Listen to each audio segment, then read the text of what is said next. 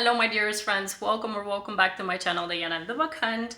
I just saw this week that the queen herself, Larissa from Larry Reads, has created a brand new booktube tag, and I definitely want to participate in that one. While it's a new booktube tag, it does feature a lot of questions that are easy to answer and questions that can just expose all of my reading goals and all of the things that I'm looking forward to in the new year. The booktube tag is called the Beginning of the Year Booktube Tag, and it features 20 plus questions that I'm going to be answering for you today. And I just want to say to the queen herself, Larissa, Ti adoro menina. I think that I'm going to fangirl very hard right now, but I'm going to stop myself so I don't embarrass myself any further. I really love Larry's content. I'm in awe of how infectious and how just positive her personality is. So I really love her content, and I'm happy that I get to participate in a booktube tag that she created. For reference, I'm going to link down the questions below. If you feel inclined to tag yourself and to create a video of your own, you can find the questions down below. I'm going to tag her in this video as well if you want to check out her original video. And I'm just going to go ahead and dive in because there's 20 plus questions to answer here. So the first question is, how many books are you planning on reading in 2024? I've set my goal on Goodreads for 200 books. I think I'm going to make it because I've been on a roll. I think I'm about 30 plus books in already, so I definitely think I'm going to make it to 200 this year. If I make it before the end of the year, I might adjust it, but we're just gonna wait out and see. I made it to 240 books last year, so I think it's definitely a doable goal, especially because I've been reading a lot on audio, so it just goes by quite quickly.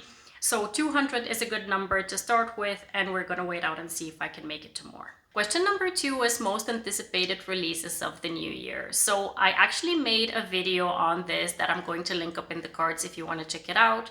But just off the top of my head, the new release by Kennedy Ryan, because Kennedy Ryan is one of my all-time favorite authors. This Could Be Us is coming out in March, and I'm definitely picking that one up.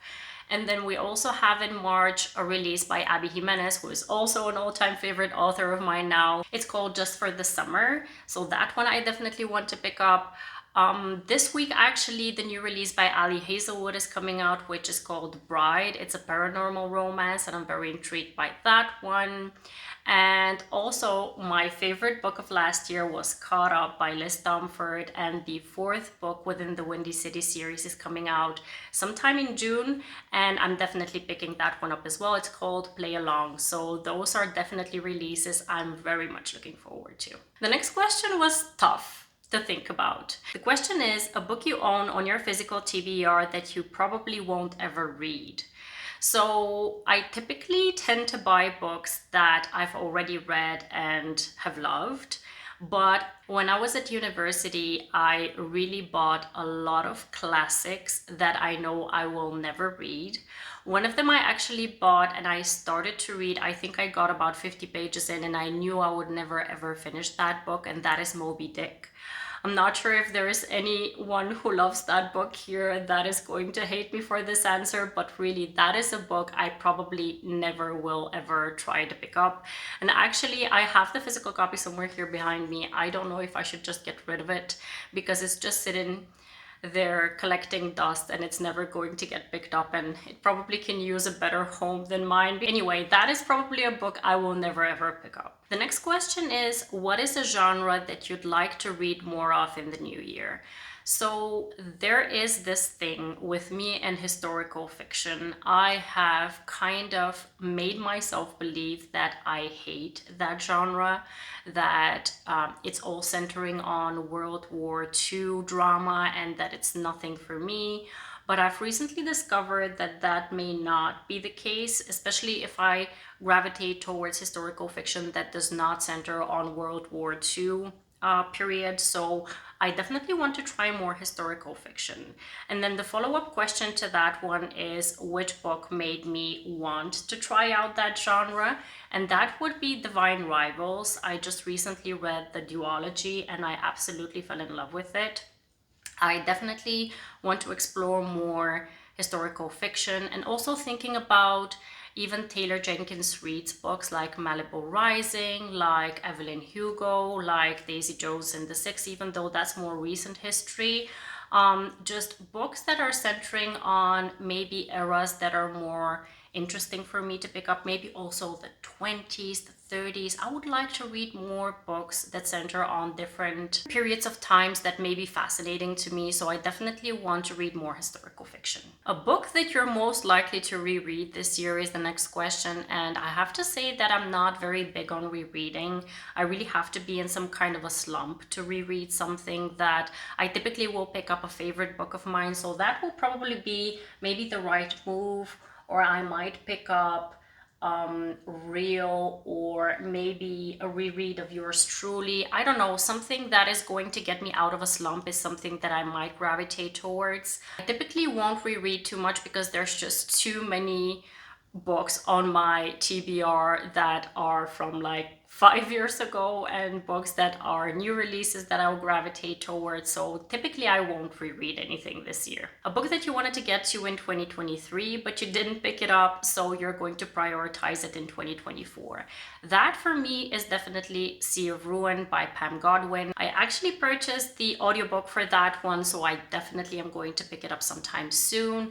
And another book that I've mentioned maybe 50 times over already is Twisted Lies by Anna Huang, because I definitely want to finish the Twisted series by Anna Huang. And then the last one is also Final Offer by Lauren Asher, because I want to be finished with that series as well. I really enjoyed the books, The Fine Print and Terms and Conditions, so I definitely want to pick up The Last Brothers. Was it Callum? Or I don't know what his name was. I want to pick up his book as well. Next up, we're talking about the series I want to finish this year, and that is going to be the Throne of Glass series. So I loved ACOTAR. I definitely want to get to the Crescent City series, so I heard that I also need to read the Throne of Glass series before I jump onto that one. So I'm doing a deep dive into Sarah J Maas this year, because I definitely want to get to the Crescent City series because I've heard nothing but good things about it. So that is a series that I'm actually working through it right now, because I read Throne of Glass. I also read Assassin's Blade, and I have a hold on the, second and third book as audio, so I can pick those up. And the other ones are all on Audible, so I may be reading them physically. I'm not sure, because I don't want to use any credits on those. So I don't know what I'm gonna do, but I definitely am getting through that series regardless. I'm reading Throne of Glass this year, mark my words. The next question is an interesting one. It's an author you've never read before but you want to try this year. It's probably going to sound very weird, but I've never read Sophie Lark before. And it's because all of her books are interconnected and I'm kind of intimidated and don't know where to start. I know someone, I'm not sure who, but someone has like a guide through Sophie Lark's book, so I'm definitely going to look that up once I decide to start on that. And then another author that I'm definitely picking up this year is Niva Altaj.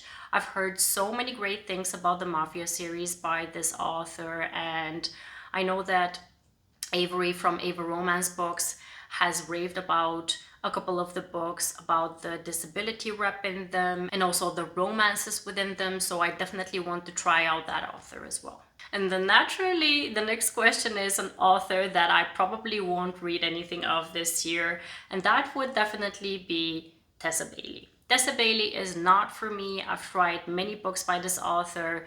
It Happened One Summer is probably my least favorite romance of all time, and I think that she's just not the author for me. And then another one that I recently discovered is not going to be it for me is Trilina Pucci.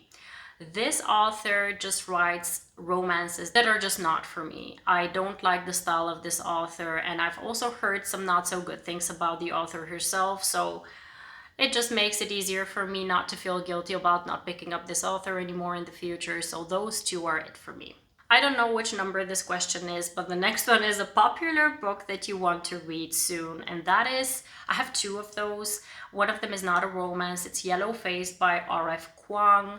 So R.F. Kuang, I've read Babel last year, or the year before, I don't remember, it just recently came out at that point.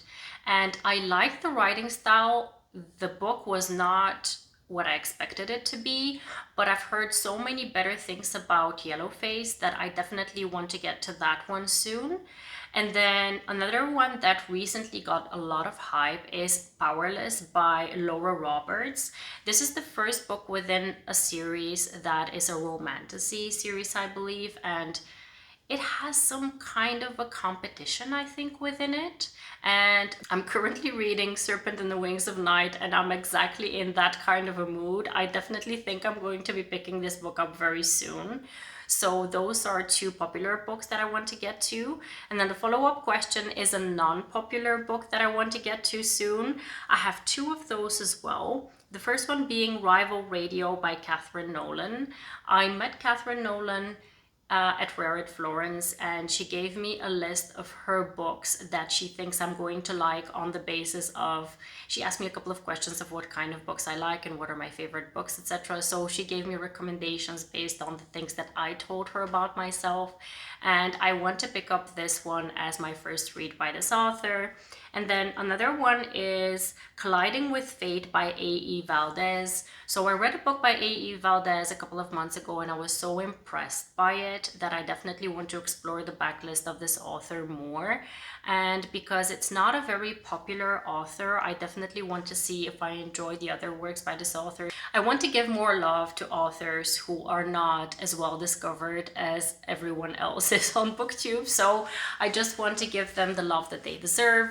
So I definitely want to explore more newer authors as well. So as I've mentioned before, I read quite a lot of audiobooks. So the next question is very fitting, and that is an audiobook that you want to listen to this year.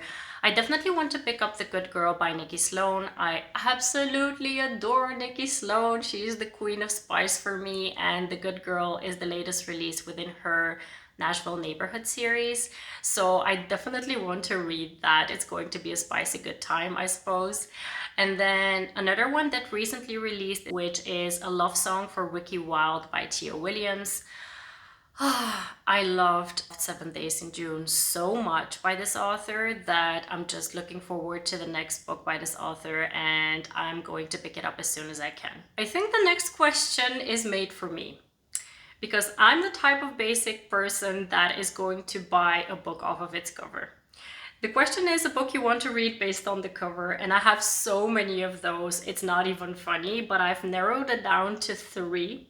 Those are all new releases that are going to be releasing sometime soon this year. The first one being The X-Files by Jessica Joyce. I mean, if you see the cover, you're going to get me. I love Italy, I love the south of France, I love any kind of winery type of scenery. So if you see the cover, you're going to get why I'm intrigued by this one, and I think it's a second chance romance, so sign me up for this one. The next one is Do Me a Favor by Kathy Yardley. I think that this one caught my attention when I was just browsing through the new releases, and then when I read that it's like a widow goes for her neighbor or something like that, it just caught my attention, both the synopsis as well as the cover, so I definitely want to get to that one. And then the last one is going to be the new release by Julie Soto, because I loved Forget Me Not so much last year. I want to read the new release by this author, and it's called Not Another Love Song. And when you see the cover for this one, my heart genuinely stopped for a second when I saw it. It just gives off such amazing vibes, this one. I have no doubt that I'm going to love this one. The next question is a book to TV adaptation that you're excited for. So I have heard through the grapevine that The Seven Husbands of Evelyn Hugo is going to get an adaptation, I think this year. I'm not sure if it's going to be this year, but I saw someone saying that it's going to happen. So I really hope that that is true. I'm really excited for that one if it comes out. And then It Ends With Us by Colleen Hoover is getting an adaptation sometime in June, I think. And I'm really kind of scared for that one, because I think like I have a bad feeling about it for some reason. I haven't heard anyone talking about it. I'm kind of steering away from spoilers here, but I don't know. I'm not confident that I'm going to love that one, but I'm definitely going to see it when it comes out. And then I heard from, or actually I saw it on Instagram, I think, that The Idea of You by Robin Lee is going to get an adaptation. I actually have it on my TBR for such a long time, so I definitely am going to read the book first before I see the adaptation to kind of compare them. But yeah, I'm excited for that one as well. So the next questions are tough for me to answer, but I'm going to go ahead anyway. The first one is something bookish you want to start doing this year. So I'm not the best at maintaining my Instagram page. I have ideas about posts, but I just genuinely am typically so busy that I really cannot find the time to do everything as aesthetically as I want. And when I start doing something and I don't like how it turns out, I just don't do it because I don't want to do something like half-assed, you know, I just want to do it as best as I can. So I kind of have accepted that YouTube is more my thing than Instagram, but I want to make a more conscious effort of at least trying to do more for my Instagram page. So that is something that I want to try out. And then the next question is something bookish that you want to stop doing this year. So I've mentioned this before, and I don't know if I'm going to be able to keep myself to that, but I really want to stop buying books before I've read them. In the past couple of years, I've made it a point for myself to only purchase books that I've absolutely loved, so really favorites, so that I can keep them at home and revisit them if I want. But I've had some lapses of judgment and I've bought some books that I didn't read yet. And then an example for that one would be Belladonna by Adeline Grace. I didn't love that one, and I think I'm actually going to unhaul it sometime soon. And yeah, so I really need to stop buying books that I haven't read yet. The next question is, what is your 2024 bookish goal? So I've mentioned this a couple of times before, I think. I want to diversify my reading. I know that everyone is saying that, but for me, that looks more like not only reading BIPOC authors or queer authors or books with queer characters. I also want to read more diverse genres so that I don't get kind of maxed out on my enjoyment of the romance genre. So I want to read more thrillers, I want to read more historical fiction, I want to read more books that will make me appreciate coming back to romance more. So I definitely want to just pick up all kinds of books this year and not limit myself to, you know, reading books for recommendation videos on my channel, or reading books that are really hyped right now so that I can make the latest video on it or something like that. I really want to keep my channel as fun as possible for myself, because otherwise I will fall out of love of making content. So yeah, I just want to keep it as diverse as possible, so it's more fun for me to just create content in general. The follow-up question to that one is very similar, but it relates more to Booktube, and that is, what is your 2024 Booktube goal? And honestly, it's very simple for me. Keep having fun with it, because I've been seeing so many booktubers this year saying that they're burnt out on reading romance, that they're not having a lot of fun creating content, that they feel pressure and anxiety to keep up with creating more original content and just bringing the best to the table that they can so that they can hit the numbers that they're looking forward to. And I'm like, you know, my channel is small. I have 200 plus viewers. I hope you're enjoying my content, but basically if I fall out of love with either reading or creating content, then I'm just losing my time and not putting any effort to something that I love, and then it just stops being fun and I'm going to stop doing it. Right now, I enjoy what I'm doing. I enjoy sitting in front of the camera, talking about books that I've loved or haven't loved as much, and sharing some shared experiences with you whenever you decide to reach out to me about those videos or those books that I've read. That brings me joy. So I just want to keep having fun. I want to maintain thinking about the fun side of Booktube and not so much the statistics, numbers, subscribers, I don't know, everything that just keeps giving you pressure and anxiety to perform. So that is about it for that one. The next question is a more personal one, and that is a 2024 non-bookish goal. And Larry here has said, let's go ahead and manifest it. Let's go ahead and manifest it. And I really hope that it comes true. For me, that is traveling. So during COVID, obviously, we didn't travel at all. And then in the past 2 years, while I did get to travel a little bit, it's nowhere near what I've done in the past. So I definitely want to take my child to favorite places that I've been to, but also explore new countries that I've never been to. So traveling is high up on my priority list. The next one is going to be a short and sweet one. Describe how you want 2024 to go in one single word. This is going to sound very corny, but for me, I think it's the most important thing of all, and that is health. I want health for me, my son, my partner, my family, because we've just been through such a horrible winter full of so many different kinds of sicknesses in our house that I just want us to be healthy. When we feel healthy, we'll feel well enough to do about anything that we want. So that is the priority for me. I want health. I absolutely love the next question. It's booktube creators who inspire you. I actually created a video about my favorite booktubers last year. I called it the booktube heroines, the real life booktube heroines that we have, or at least that I have. And I'm going to link it up in the cards if you want to check it out. And very soon I'm going to do another one of those, so you can rest assured that I'm going to shower with love very many other booktubers that I'm following as well.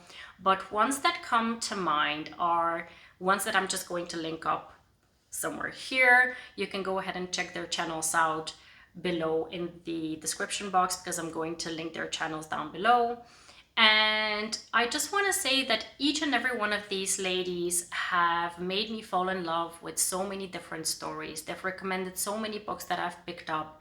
And it's just such a wonderful community that I'm genuinely really thankful for, because reading does not only mean the world to me because of the escapism and because of the wonderful stories that I'm discovering, but also the shared love of those stories, and also the fact that we can support the authors behind those stories is just a beautiful circle of lovely people. Not only the author, not only the creators, not only the characters, it's just a wonderful bundle of love for me. So I don't know if that makes any sense, but I just want to reach out to each and every one of them. Every time that I'm watching a video by these creators, I'm making it a point for myself to at least put a like or a comment for them, because I really appreciate all of the effort that goes into reading those books, sharing the thoughts, and also supporting these authors. And they're just really real life heroes or heroines for me. So yeah, please go ahead and follow them if you haven't already.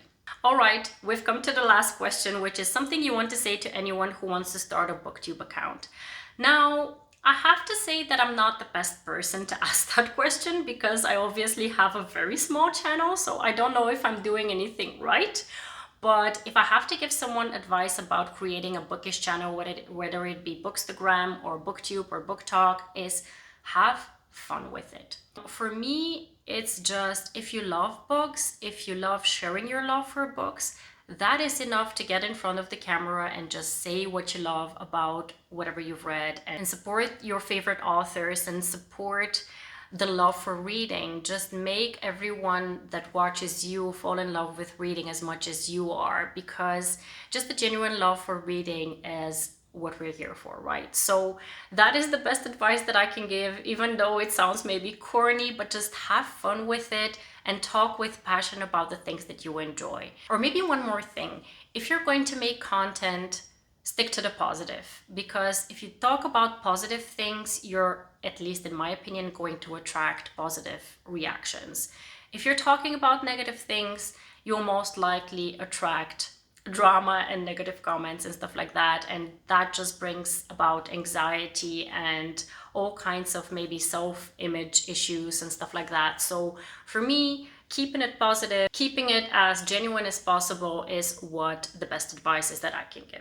We have come to the end of this video, and I hope you enjoyed all of the answers I gave to the questions to the beginning of the year booktube tag created by Larry Reads. Please feel free to tag yourself on this one and create a video of your own. Also check out Larry's video, the original video that she made. And I hope to see you very soon in the next one. Please don't forget to like, comment, and subscribe, and see you later. Have a wonderful, marvelous day. Happy reading. Take care, and bye-bye.